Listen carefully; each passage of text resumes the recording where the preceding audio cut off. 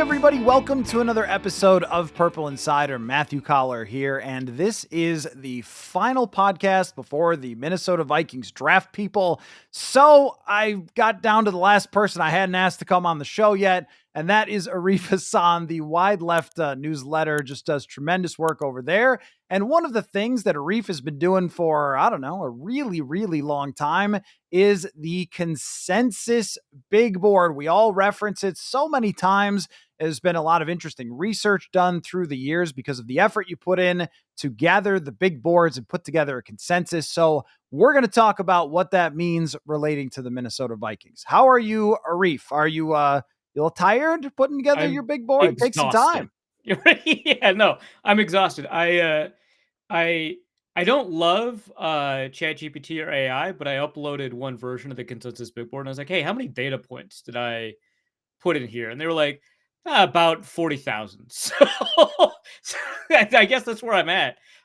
Yeah, no, it's like 166 different worksheets in my Excel spreadsheet. It takes a lot of time, but it's a lot of fun. People love it, like you mentioned, and like luckily there seems to be some value in it. So I'm gonna keep doing it because it's I think a really fun project. Well, one thing that I've always gone back and forth on is how much weight to put in the analysis of people that are outside of buildings. Because I was just talking to someone in the league not too long ago, and they were talking about some different things that they know internally out that you just can't know from the outside. One major thing is health. There's a player that might have a serious injury that's projected as a first rounder, and there's some concern over that player, but that's not information that's necessarily out there. So that can alter what big boards look like and what draft analysis looks like. And not only that, but character things and what their coaches really say about them behind the scenes when the scouts show up and all that sort of stuff that goes for background that we can't really know, and how teams view. One thing I learned from the Vikings just talking over the years is that they don't necessarily have like 500 players that they might pick. They have a handful of guys Mhm. that they've identified as good fits for their culture, good fits for their schemes, and it can get really specific. So all of that throws off the why did you draft this guy then and so forth. But the bigger picture is if you have a lot of great football people, the Lance Zierleins, the Dane Bruglers, all those people all watching all these players, and they come to a consensus, which is what you're doing, it tells a story about the wisdom of crowds. So I think it is a very useful tool, but maybe you could tell me over the years what you've learned about it and what it can and can't say about the draft. Yeah, no, absolutely. And I think the point about team boards is really important. I know that, for example, for a long time, Bill Belichick's team board with the Patriots is only like 60 players some years, which is why, like, oh my, why do they draft Cole Strange? It's like he was the top player on their board, legitimately. Like that just happens sometimes. You know, the Dallas Cowboys go up to 150. All of these big boards that we have, I mean, there's 257 players in the draft, right? These big boards that we have go up to 300, 500 players, and teams will evaluate over 2,000 players. It's not that they're not evaluating, it's that they're like, hey, this guy's not a scheme fit, this guy's not a character fit. There's some years where some teams will only draft team captains because they're like, hey, we've got a culture problem. So we're going to attempt to turn this around really quickly. This is not going to be a consistent pattern because we also need to get good players. But this year we're only drafting team captains, right? And it's like, geez, like I didn't account for that at all. There was no way I could have predicted that. Like that just happens sometimes, and sometimes it's a good approach, sometimes it's not. But the uniqueness with which teams approach solving their specific problem sometimes doesn't get reflected in the board. And sometimes we learn about injuries like beforehand, right? Sometimes we learn about injuries too late to update the big board. So, like for example, yesterday I just learned about Derek Harmon having some kind of injury. I don't know, and it is impacting the way some teams might evaluate. I want to be careful with my language. I've got no idea what's going on. But like we have a week of news about Jihad Campbell. Most people who have submitted boards to the consensus big board unaware of the severity of the shoulder injury. And then during the draft, someone will fall. Don't know who, we never know, right?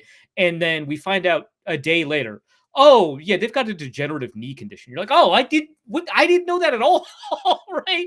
Like, and so that's like, you can't really do a great job of that. Whether it's an undisclosed character thing, whether it's an arrest or a locker room thing, or anything in between, that will impact the way some teams see this. And what's really interesting is that now teams are taking unique approaches, position by position approaches to locker room problems. Where if you're a receiver who's a locker room cancer, sometimes that's kind of a good thing relative to everybody else versus like an offensive lineman. It's like you can't, like, there's only so many Richie Incognitos. Like, you can't have that many, right? And a lot of the people that are constructing these are very talented at what they do, but they just simply don't have access to that information. And so the consensus big board gives us a really good construction of talent. It actually does a pretty good job of adjusting for positional value, which is nice too.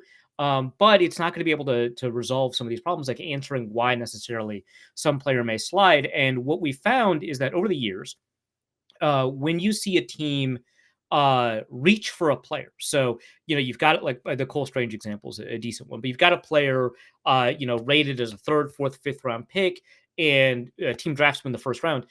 Typically, not always, there's always a Colton Miller or something like that, but typically, that is not going to work out for the team. More often than not, that player does not meet their pick value, and they often bust, right? So for like every Colton Miller, there's a Cole Strange, right, who has not been playing well, and now the Patriots are projected to draft another tackle. Like, good job.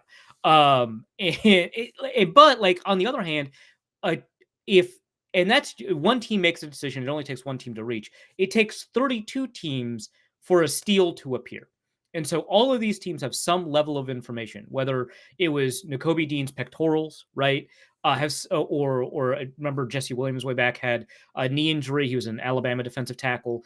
Andrew Billings, it turns out, can only had a conditioning issue, so he could only play like 15 snaps a game. Those kinds of things, which Andrew Billings has turned in a great career. But like, when you have a player fall in the draft relative to the consensus board, 32 teams are agreeing as opposed to one team making a decision.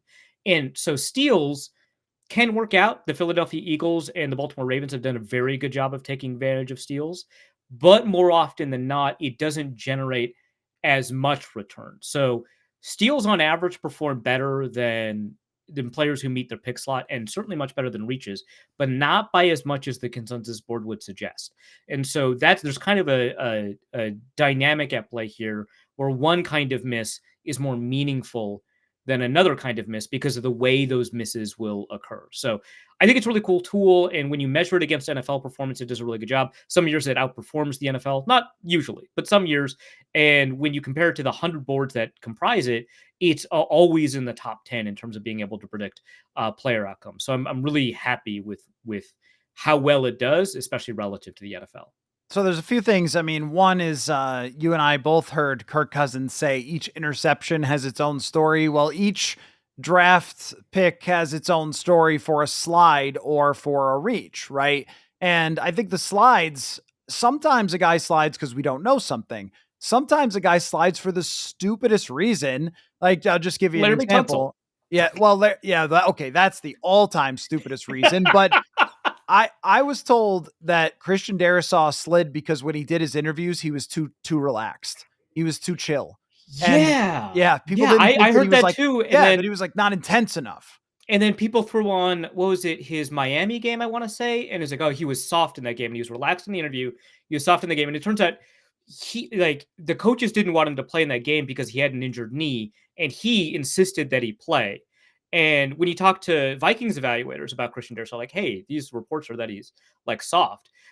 I don't know if you've had the same experience I've had. But they're like, what are you talking about? This guy finishes. This guy's tough. He's aggressive. He played through injury.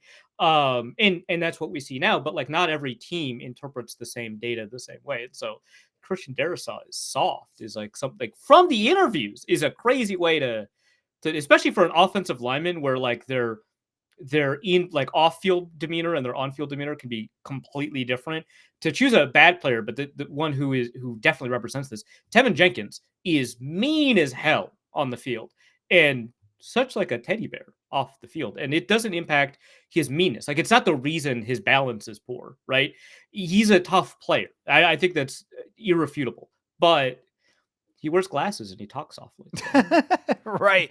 I mean, even the Vikings offensive lineman, I would not call Brian O'Neill or Christian Darrisaw anything close to soft, but you could go over to their lockers in the locker room and talk to them anytime. And these are two of the nicer guys you're ever going to run across.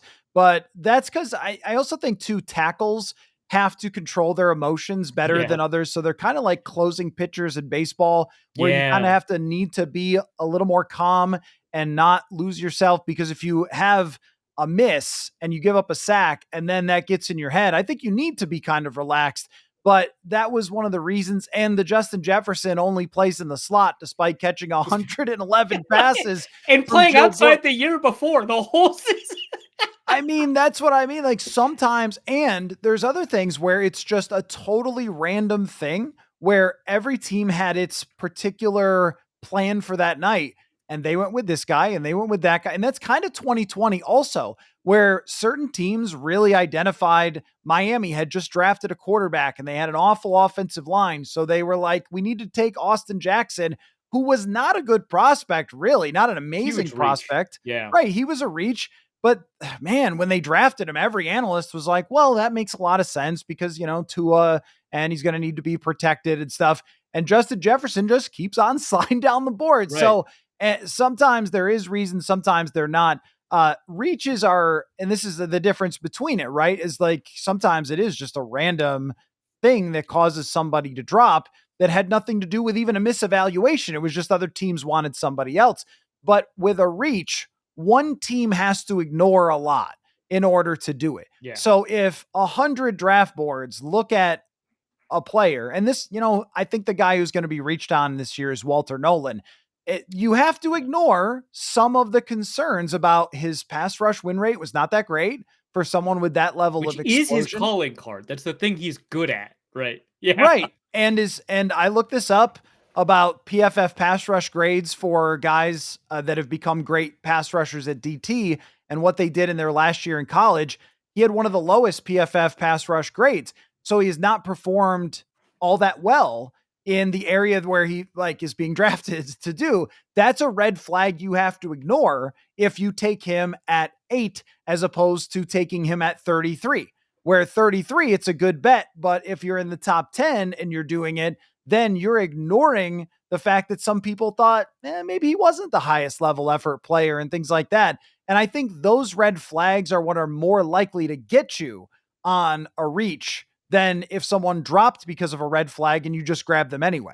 Guys, if you watch the show all the time, you know that I'm a hat guy, but if you're wearing hats to cover up for your hair loss, then I've got something that can help you. It's called Hims. If you've lost your hair, that doesn't mean you can't find it again. Try Hims Hair Loss Solutions, and you'll be joining hundreds of thousands of subscribers who have found their hair again. Hims makes treating hair loss simple with clinically proven ingredients that can regrow hair in as little as 3 to 6 months. Choose from personalized chewable, oral, spray, or serum treatments to find what works best for you. The process is simple and 100% online, so there are no uncomfortable doctor visits. Start your free online visit today at hims.com/purple insider. That's HIMS.com/purple insider for your personalized hair loss treatment options. Him.com/purple insider. Results vary based on studies of topical and oral minoxidil and finasteride. Prescription products require an online consultation with a healthcare provider who will determine if a prescription is appropriate. Restrictions apply. See the website for full details and important safety information. Yeah, no, absolutely. Walter Nolan's a pretty interesting example of a potential reach. I wouldn't be surprised if it was like the Tennessee edge rusher James Pierce, or actually, and this is a guy that's been attached to the Vikings a lot in mock drafts. I don't know if there's any reporting suggesting that the Vikings like this guy, but Nickham and Worry from South Carolina, the safety. To me, and this is an interesting one. I just published a piece today as we're recording about evaluators versus forecasters, right? And it's two different groups of people who have access to different types of information. They put together big boards. Some people have access to team specific info or team level information, like injury and health and so on, and what the teams think, and that might influence their rankings.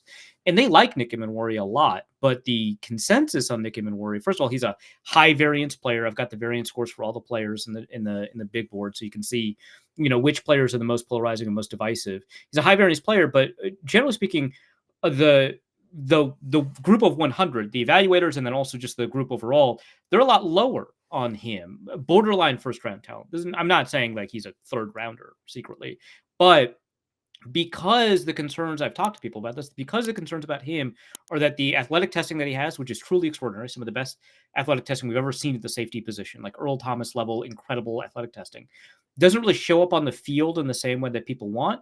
And then also he's cast as like this box safety, but the skills that you need as a box safety aren't really skills that he has, or at least has demonstrated thus far.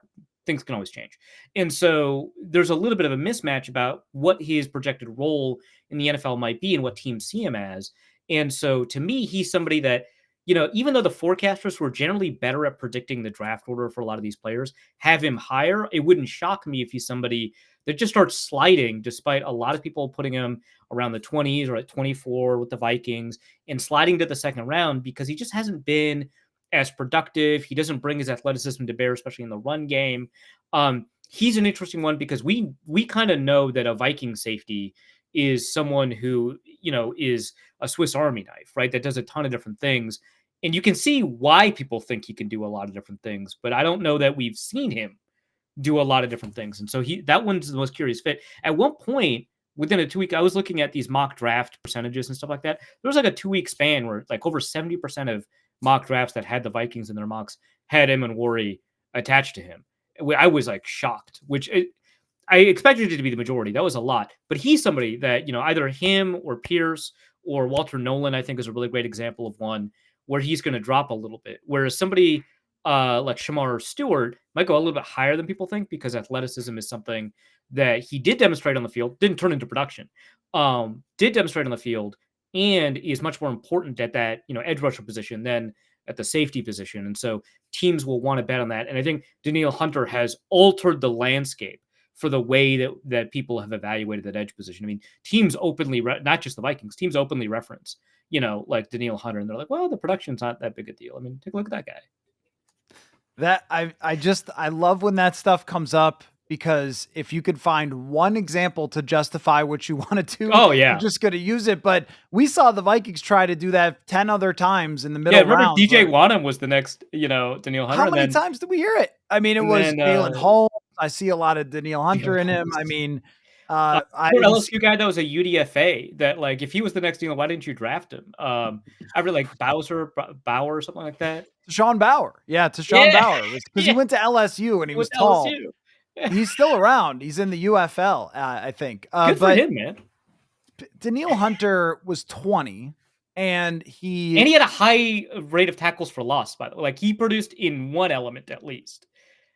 He's also one of the most unique people I've ever met in football. I mean, just the drive, the intelligence, the key, and not to mention that he was put in a situation where he's in a room with B-Rob and with Everson Griffin and with Andre Patterson, who has developed many defensive pass rushers. I mean, it's just kind of a perfect world scenario for him, and he didn't have to play right away. Like, all of those things. Ideal, and Griffin was on a similar path to him, so he kind of knows, because Griffin didn't start for like 3-4 years. Was also he was a 4th round pick. Hunter was a 3rd round pick, but he's also a mid-round pick. Didn't start for a number of years. Was also sitting behind some truly impressive talents, and then got to develop. And so, like, having that, a lot of people have this perception of Griffin, but like having that in the room with you, I think it was a really. Whereas somebody like a Bud Dupree was expected to play right away, and it's very clear that he needed a lot of seasoning before he could potentially. I don't know if he could have ever contributed because he didn't have necessarily the flexibility at that position you need, but like if he were, it would be kind of a developmental situation. But because Danielle Hunter succeeded, Danielle Hunter's got pushed into the 1st round, and now was it Miles Murphy, the Raiders guy, who I think Schefter mentioned he might be on the trade block, which is like Oh, okay. um, like, yeah, if you don't, and again, Miles Murphy is like 24. It's with a broken foot, like a totally different situation. But an athlete who didn't necessarily produce, and it's kind of pushed. And so Shamar Stewart might be a guy, huge athlete, didn't necessarily produce.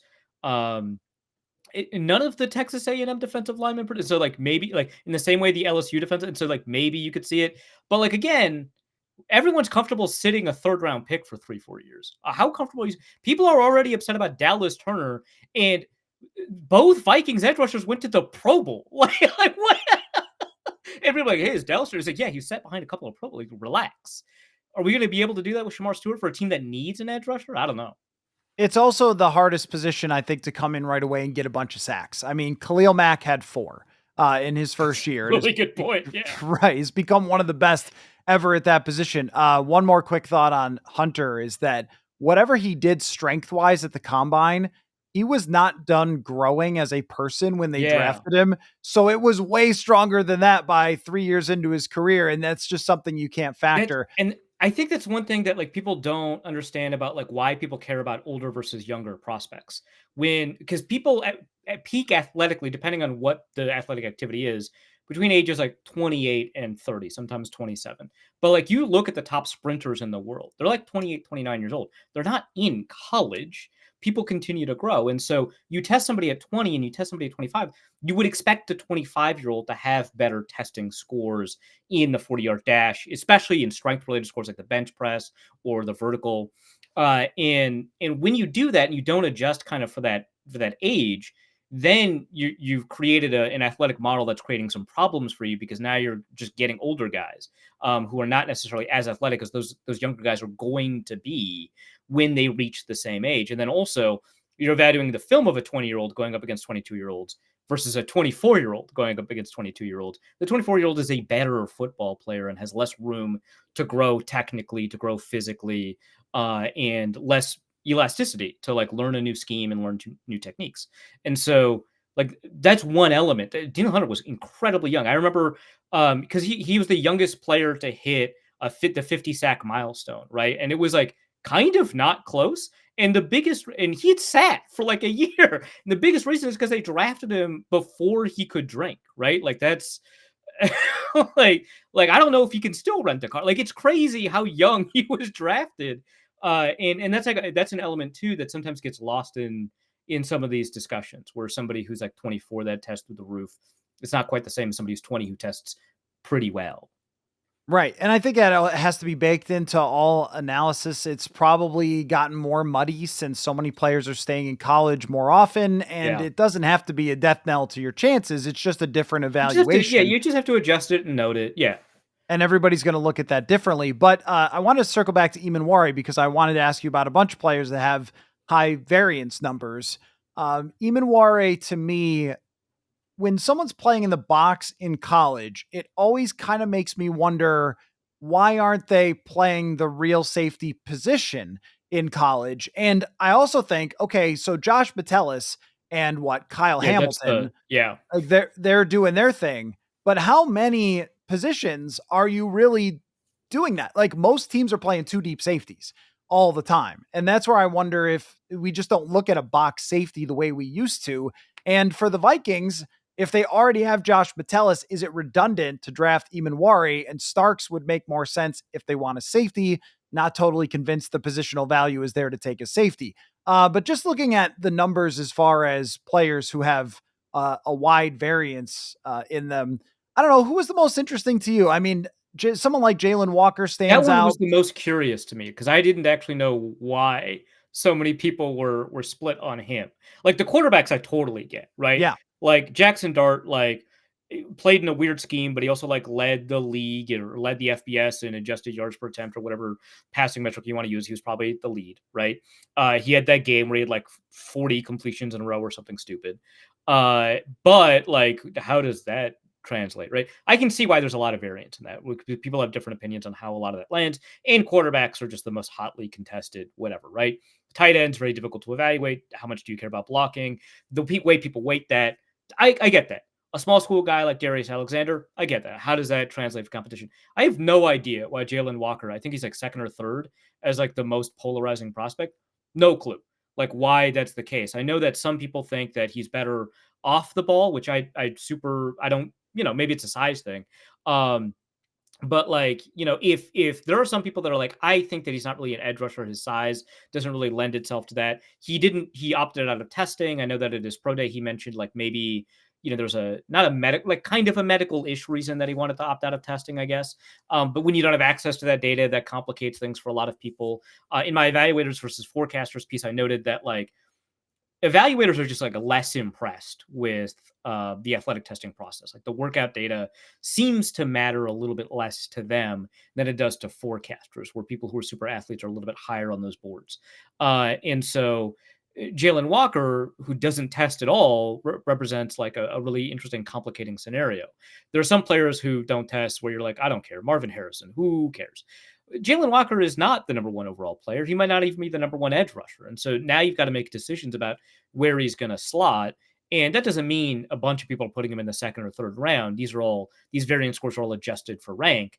But it does mean that there are some people who see him as a top 5 player because of his versatility, and some people who see him as like a top 20 player because of his versatility, which can be a bad thing, right? Because then maybe you're not doing anything well, and they don't know really how he's going to succeed. So I don't super know why Jalen Walker is on that list, but I suspect that's a reason. I know Darius Alexander, aside from the small school stuff, because there's other small school players that are not on that list.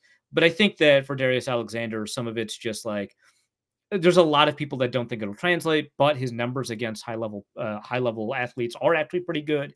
And so like there's other question marks there. But Jalen Walker was the most curious one to me because I was like, I wouldn't have expected that going in. Shedeur Sanders, totally. Cam Ward, I get it. He plays pretty volatile style of football, even though people don't really talk about him. They talk about Shedeur, they talk about Jackson Dart, they talk about Tyler Shuck. They don't really talk about Cam Ward, but he plays a very volatile style, and some people are just they don't like that.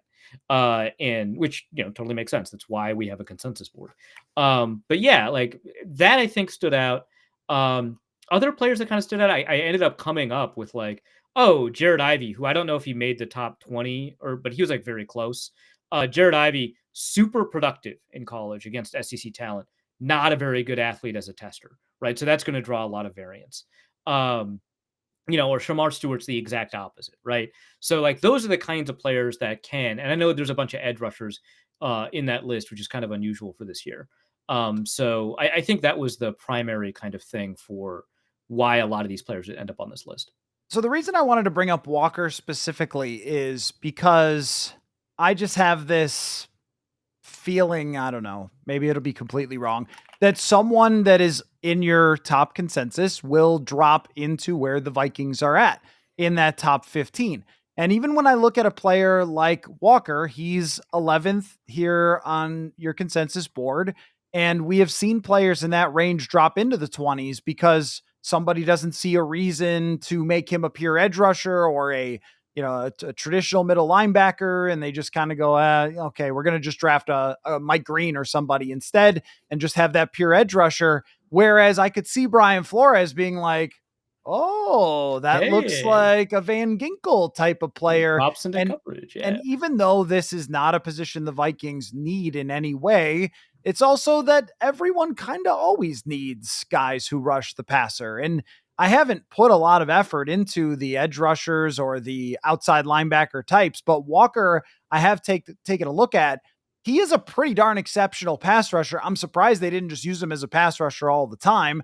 But Yeah, the he had fact like that one of the highest pass rush win rates at his position. Like it was very effective. And again, against like really good SEC tackles too. And it's not like a Jackson Dart situation where it's like he puts up a bunch of good numbers at the beginning of the year, and then when he goes up against right. his conference. Sorry, I'm not a huge Dart guy. I don't know if that came through, but but like when he goes up against his conference, suddenly the numbers drop off precipitously. That didn't happen. Virginia, arguably they got better, right? So he's really interesting because he's like 6'1", and so like you don't see edge rushers 6'1", 240 pounds in the NFL, but like I feel like a Brian Flores kind of knows how to use that kind of guy. Well, that's what I was thinking. Like, well, he doesn't really care that much about what your height and weight are, as evidenced by Ivan Pace Jr. and others, but especially Ivan Pace Jr. being out there. So Walker is kind of a name, along with Jahad Campbell, that I've had a little interest in. Maybe they drop another guy that doesn't have the widest variance score, but it's fairly high. Is Kelvin Banks Jr. Because I'm kind of using your consensus board to try to identify like who could slip, who could be that guy. There's people who say Calvin Banks is going to be the top tackle, and there's other people who say he's a guard. And you really only kind of need the NFL to think that he is actually a guard for him to drop to the back part of the first round. And this is a unique draft. And I think we've changed as a football society on how we view moves from tackle to guard. At Mhm. one time, it was like, oh, he's a bum then. But that's not it now, especially when you see, I mean, even a Mekhi Becton goes to guard and has success. You go like, that seemed valuable to me. So, Right. and if you're those guys, I mean, you're probably looking at it and saying, well, if Aaron Banks can get $20 million a year, maybe being a guard isn't that bad of an Yeah. idea. Imagine if you were a good guard, how good how much money you'd get. Just in general, so I Banks is Yeah. an interesting one for me. Just in general about the guards. Zabel is 33rd, Jackson 36th.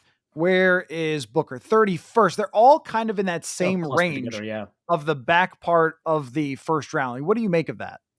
Yeah, Banks is an interesting one because I think I have him as a little bit higher on the forecaster boards. I haven't updated the big consensus board yet with the forecaster rankings yet, but I think he's a bit higher on the forecaster boards. And I was talking to somebody about this. I was like, "Hey, so Banks is kind of interesting because I don't super see him as like a top 8 guy, but like here he is in some of these boards." And this person who is not connected with the team, so it's not from inside the league, but has talked to people who are connected with teams. It's like my suspicion is that teams that are attempting to put together a smokescreen take a look at a guy that's reasonably good. Kelvin Banks is quite good, right? Reasonably good and doesn't really have character concerns, and just prop him up. And then that guy ends up going like being pushed higher in like mock drafts. And I think right now there's just like 2 hours before we started recording, there's some steam that he's going to be a Jaguar, right? Instead of the Michigan tackle. Um, I think some of that is just like we're going to pick a guy that no one's really going to question that we would take him. But also, like, we're not that concerned if he's off the board by the time we actually pick or something like that. And the guy I was talking to was like, I think Kelvin Banks is that guy. And I was like, who has that guy been in the past? And, he gave me some names. I already forgot them, but it seemed to check out. So that's something that's like kind of interesting. The thing about Banks is that he's like really long. And so converting him to guard is kind of interesting. I remember, we've both covered Mike Zimmer, and he talked about kind of the challenges of converting Oli Udo to guard. He talked about how it was successful for Mike Harris, who wasn't actually nearly as long as Oli Udo, but had tackle length, right?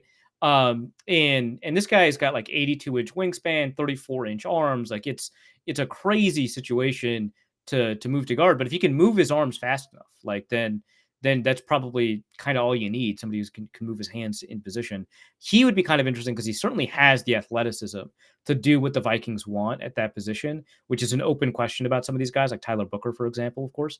But him kind of falling would not be a huge shock to me for sure.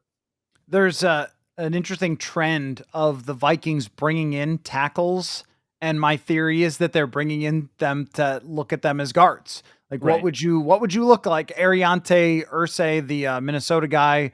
I don't Six think six guard. I don't think he's a. But when you see a He's gonna Mekhi try it. Becton, Yeah. right? And who was it? Was it Jonathan Ogden that played guard for a couple years? I know he's like the greatest player of all time, but he played Right. guard. I don't think it's. I think it's a little bit of a myth that a guy can't be 6'6". I don't know why the name Kevin Gogan comes to mind for me, but like Jeez. remember him?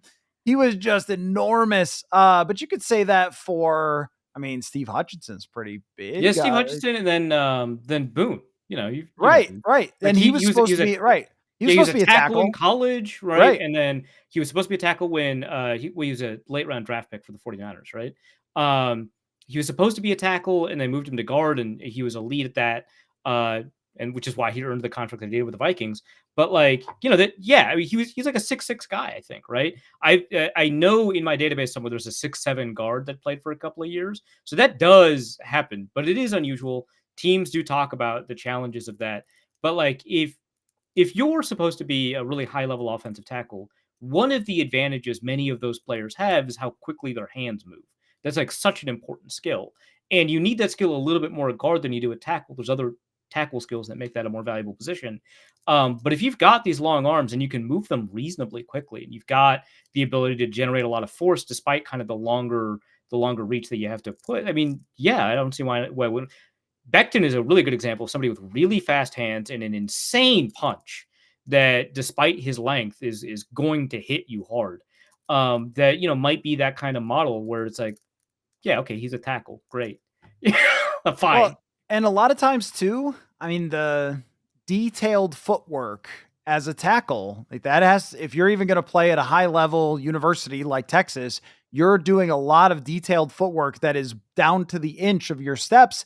Well, I mean, if you're the dancing bear, if you will, on the inside, even if there's a little bit of a shortcoming there and you're not the perfect 6'3" and 320 and you look like, I don't know, Larry Allen or something, and you're just this stout guy. I mean, even if you're not that, if you have these other things to make up for it, and that's what a lot of the offensive linemen will talk about, is that no one is built exactly perfect except for maybe Orlando Pace to play right, any position. You're always going to have something that you might have to make adjustments for. Like Brian O'Neill doesn't have the longest arms I've ever seen in my life, but he makes up for it with athleticism and footwork as a former basketball player and tight end.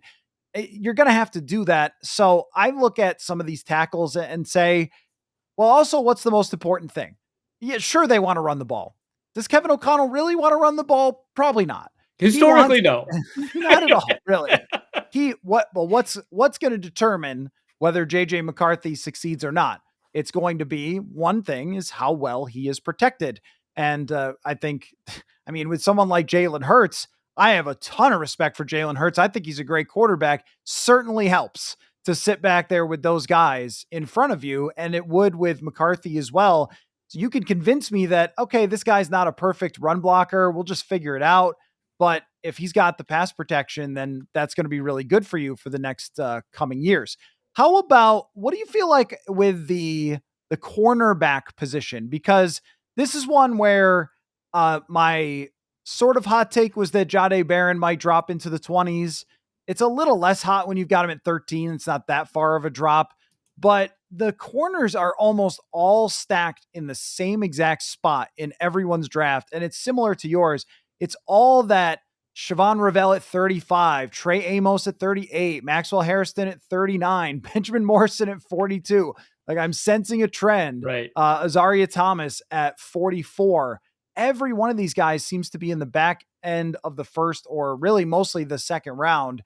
Do we think that's how it's going to go? Because I would tend to agree with the consensus on this, that if the Vikings wanted to trade back, they should have availability for maybe several different corners that they could pick from. Yeah, yeah, I've run a couple of, what do we wanna call it? Simulations. They're not mock drafts, they're simulations, right? Okay. Big difference.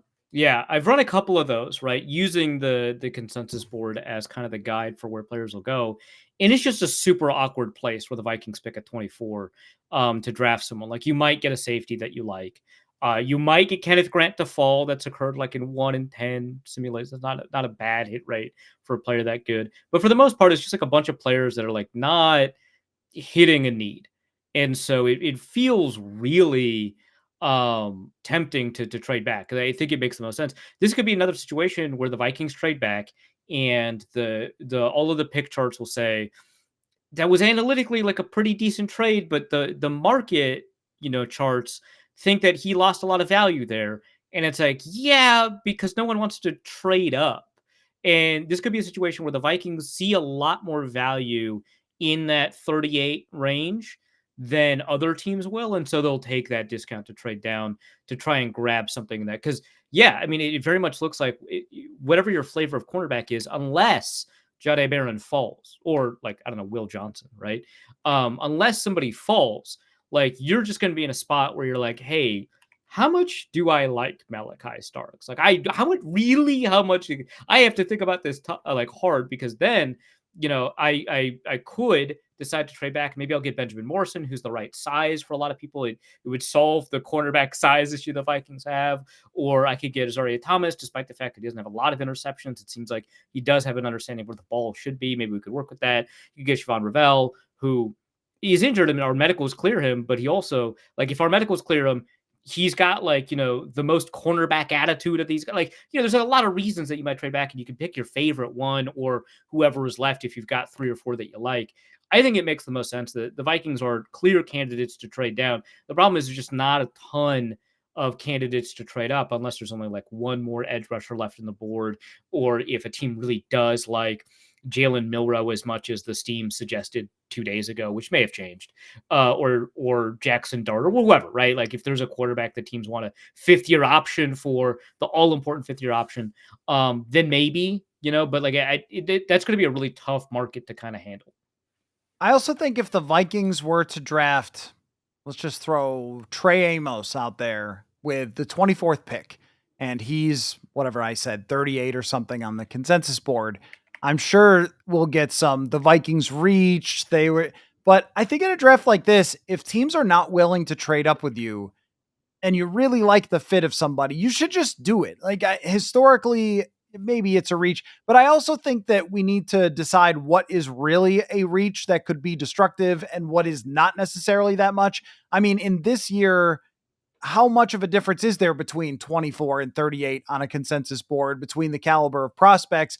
Maybe in some other years that is more significant, but maybe this is just the warning, because the Mekhi Blackman stuff drove me crazy a couple years ago. And it was just like, Mhm. Brian Flores thinks this guy's going to be a fit in the middle round. Take him. It's fine. It's a 3rd round pick. But I think this year that the structure of just the players coming out and the gaps between number 24, 25, 26, 27, etc., is so small that if you pick the 38th player, I don't know, what do you consider a huge reach versus your consensus board?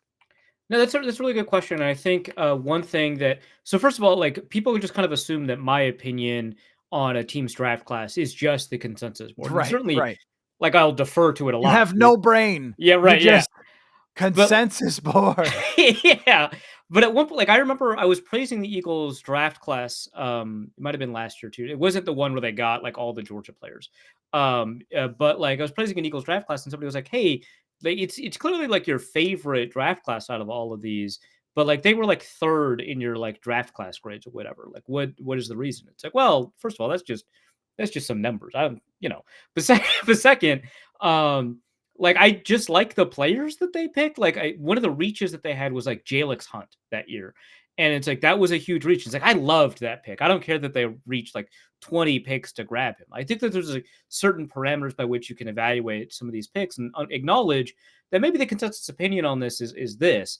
And if you're like maybe judicious about it or whatever, you can acknowledge that in this context, it made a lot of sense. For me, I think that if you reach on someone and they happen to have a high variance score, which all of these corners that we named actually have fairly low variance scores, but just as an example, if you reach on someone and they happen to have a high variance score, my data suggests that that is much less likely to be a bust, right? Because now you've got a lot more people who believe that this guy's actually a lot better. Also, people believe that he's going to be worse, but people who believe he's going to be a lot better, and that data is meaningful. So the more divisive players, when you reach for them, are more likely to hit. And the thing is, when they hit big. These are your Josh Allen's, your Patrick Mahomes, etc. Right? Like, those are the most divisive players in a draft. And when they hit, and they hit a little bit less often, but they hit a little bit more than reaches typically do. They tend to hit pretty big. And so if you've got like a pretty good reason that you like a guy, I think Reek Woolen is a good example of somebody who was a reach, but also was a high variance prospect. And I think that they've gotten more than 4th round value out of him, right? So that's something to kind of consider. I was really surprised actually that Siobhan Ravel has a relatively low variance score. It's something like an 84. It's like, so he's getting in the lower range of variance, because the questions that he has, he's a small school guy with an injury history. The questions that he has lend itself to high variance, but people seem to like him. They just don't want to love him. But if the Vikings love him, I totally understand. He rules, in my opinion. Trey Amos is really good. Von Ravel is really good. Those are probably the two guys. I think after that, I do like the Azaria Thomas, the Florida State guy. I'm not as big on Benjamin Morrison, but like I see the vision for like all of these players. So like if you don't get a trade partner and you just want to pick your favorite out of those four, or only one of those actually is appealing to you, the rest are not system fits or not attitude fits or not athletic fits, whatever. And you're like, if we trade down, there's a good chance that all four of these guys will be there, or only three of those guys will be, but our guy is going to be the one that's gone. So yeah, then you make a pick. Because at some point, you have to acknowledge that there is a market for trading down, and sometimes that market is not meeting your demand. I think Ravel's an interesting one for if you call it a reach. I just can't really be convinced it's a reach because they have more Yeah. information than we do about his health. And I think that's what's bumping him down, the small Yeah. sample size issue. And I wouldn't be surprised if it's Ravel for them because he is kind of a nasty player. And Yeah. that's what I think they're looking for. And maybe someone, because they do have starters for right now, that they can develop over a couple of years. They're in a spot to do that. So, how about we finish on this, Arif? Who do you like the most? Who do you think that the Minnesota Vikings will go with? Well, I like Abdul Carter a lot. No, I Yeah, think, right. Travis Hunter, yeah, trade right. down, then also get Abdul Carter. Yep, Right, that's of course. great. Yeah, I think in terms of the players that I like the most that could be connected potentially to the Vikings, assuming it's not like that 10% scenario with Kenneth Grant. Um, Man, now that you brought up Kelvin Banks, I didn't really consider him as a potential Vikings pick. I do kind of like him as that guy more than Tyler Booker. I of course don't like NDSU players, so I have to avoid Gray Zabel. But I like Donovan Jackson a little bit. But these corners, I really like this group of corners. My favorite for a long time has been Jahdae Barron, Mhm. but Me you know too. he, Yep. yeah, but he's been moving up and then he moved down a little bit. But like there was a period of time, I think in January, where he seemed like to be perfectly fit in that like 20s range. And then he moved up the board all the way to like 10, and now he's around 13, 17. Um, and so he doesn't seem possible, but I think that's the guy, people have been asking me about. That's the guy that I like a lot. Has a lot of inside out versatility. He didn't play as much inside this year, played it last year. They had Makuba do it a lot this year. But he's played safety, he's played overhang, he's played outside corner. And I think, you know, if you're good and versatile, there's a lot of versatile players who are not that good. And you're in a position for need for the Vikings. I can't not imagine that being a fit. So he's probably my guy if I'm allowed to pick somebody who's ranked 13. I think that they really love guys who communicate well also. Yes, yeah. And when you listen, you can go back and find it, I'm sure somewhere. Him at the combine was like, this guy sounds like a Viking to me. We spend a lot of time, listen to these guys talk. And when you listen to a Harrison Smith or a Josh Metellus or Cam Bynum when he's here or Remember Jonathan when Bernard, Anthony Harris was uh, like, right, oh my Anthony god. Harris, they Yeah. really love communicators, especially in the secondary, and he really fits that bill for me. Now, let's say that that's not likely. Who do you think is the most likely? The most likely, assuming that they're gonna pass on, an edge rusher, um, probably not Josh Simmons. I think he's probably just tackle only. Um, man, I think the most likely is gonna be one of these safeties. I wouldn't be surprised if they reached a little bit for Makuba again because of the versatility stuff. Actually, it looks like it'd be a pretty significant reach. Um, but I think I wouldn't be shocked if they ended up with Michael Williams because I think, Really? yeah, it's not, it's not like the most mocked. I think he's actually like the third most mocked to the Vikings. But I think you're right that like obviously there's some value in versatility, but I think that you're right that like we have Josh Metellus, and it turns out that Josh Metellus at home is probably better Mhm. than than the one that, and so like we have to they lose Cam Bynum. They don't necessarily have to have a traditional too high guy, but you do need that role fulfilled by someone. And I don't necessarily think Theo Jackson is the end all be all solution to that. Plus, you want a long term answer to Harrison Smith anyway. And so I think Michael Williams, who is somebody that you can have play the run, who is somebody that can blitz a little bit. It's not exactly, the Makubas, the Jedi Barons, or whatever, but it is a little bit more versatile than I think a lot of people give him credit for. I think Michael Williams is a pretty good odds on chance of ending up being a Viking, especially if they don't trade down. Are you meaning Malachi Starks? Sorry. Oh my God.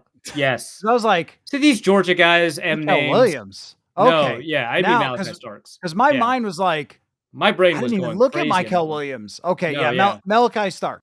Yeah. Yeah, on my radar.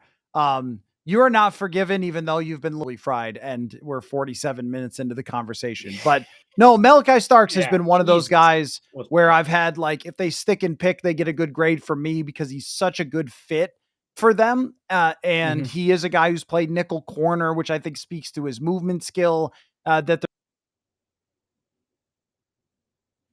they're going to need. Harmon, I think that they look at DT as something contribute right away. And it's also a spot where you cannot find in free agency. You just can't. I mean, it Yeah. costs so much And money to talk get about a good. producer, by the way, Derek Harmon. Right, So much right. production. Yeah. And that's what they've really targeted over the last few years. I mean, Dallas Turner, we'll see where he goes, but very productive. Jordan Addison, very productive. Mekhi Blackman, same sort of thing. So they have drafted a lot of guys for production recently to go along with what they think of them. And the fact that you don't have to put a lot of pressure on him right away, but he can help, I think would be meaningful as well. Well, we'll see how it goes, Arif.